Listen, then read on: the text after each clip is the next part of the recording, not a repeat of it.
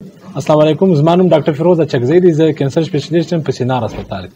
لکه تاسو ته معلومه ده چې د اګر د میاشتې د اکتوبر چې کومه ده دا د کینسر یعنی د چاقي د کوم چې د کینسر د دې په حواله باندې جوړیږي. چونکې دا په شوده کې بیخي زیاتې نو لهذا دا د اګر د میاشتې د دې په حواله ځینې موږ جوړو.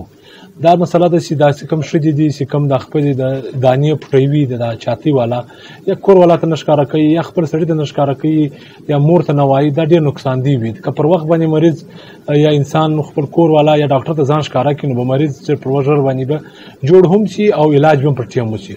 او هر یو شی پهله چې کومه دانه چې کوم په چاقي کې راځي که هغه درد کوي یا کلک کوي یا په بغله کې وي یا اوبه کوي یا د لوړ پوست سرسه وي، دا ګرده چې دي دا د علامتونه دي د بیماري، لیکن دا ضروري نه دی دا کینسر وي.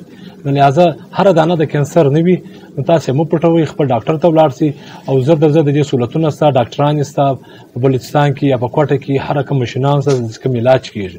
تاسو پریشانی باندې ځان مو مبتلا کوي. د دې علاوه دا د خپل کوم وده والا خوندې د زموږ خپل بچان د 2 کالو پورې شیدې ورکوي او چې کوم د بچان د بندېدو ګولې دي دانه کې استعمالي هم د خپل ډاکټر د شو ډاکټر سره پته خپل تعلقات یا د خپل معلومات په بنیاد باندې وکي. د دې نه علاوه که چوټ ولګیږي یا په بغل کې دیسي دانه جوړي چې هغه پټاوي ډاکټر ته ولاړ سي، ان شاء الله پر وخت به جوړیږي، کور به بچاویږي، بچا مو دي پر سر به د مور